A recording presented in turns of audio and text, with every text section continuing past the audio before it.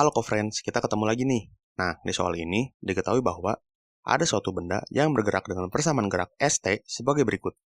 Nah, satuan jarak ST dinyatakan dalam meter, dan satuan waktu T dinyatakan dalam detik.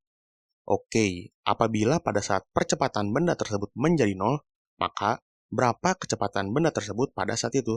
Dalam meter per detik. Oke, baik, di sini kita akan menggunakan rumus dari turunan. Nah, ST ini kan merupakan fungsi jarak ya. Nah, turunan pertama dari fungsi jarak adalah fungsi kecepatan dari benda tersebut. Lalu, turunan kedua dari fungsi jarak adalah fungsi percepatan dari benda tersebut juga.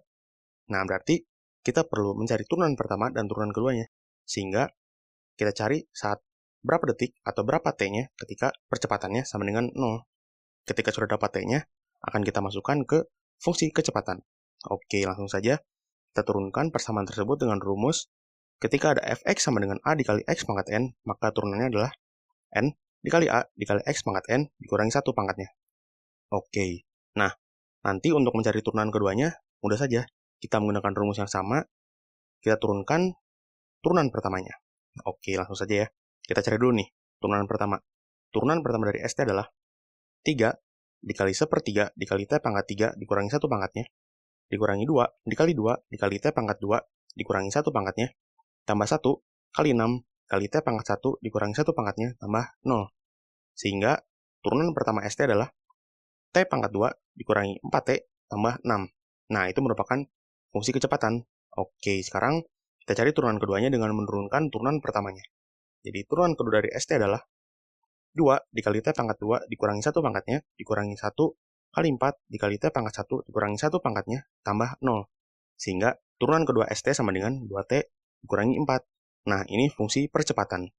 Oke, kita kan ditanya pada percepatan 0, kecepatannya berapa? Berarti turunan kedua ini sama dengan 0. Jadi 2T dikurangi 4 sama dengan 0. Kita pindah ruaskan jadi 2T sama dengan 4. Kita bagi 2 nih, kedua ruas. Jadi T sama dengan 2. Oke, sekarang kita masukkan T 2 detik ini ke fungsi kecepatan untuk mengetahui kecepatannya berapa pada saat T 2 detik. Langsung saja.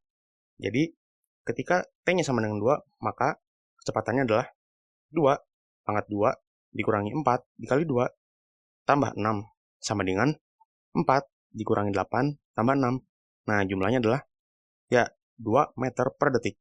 Oke, ini jawabannya nih. Jadi jawabannya yang B. Oke, sampai jumpa pada pertanyaan berikutnya.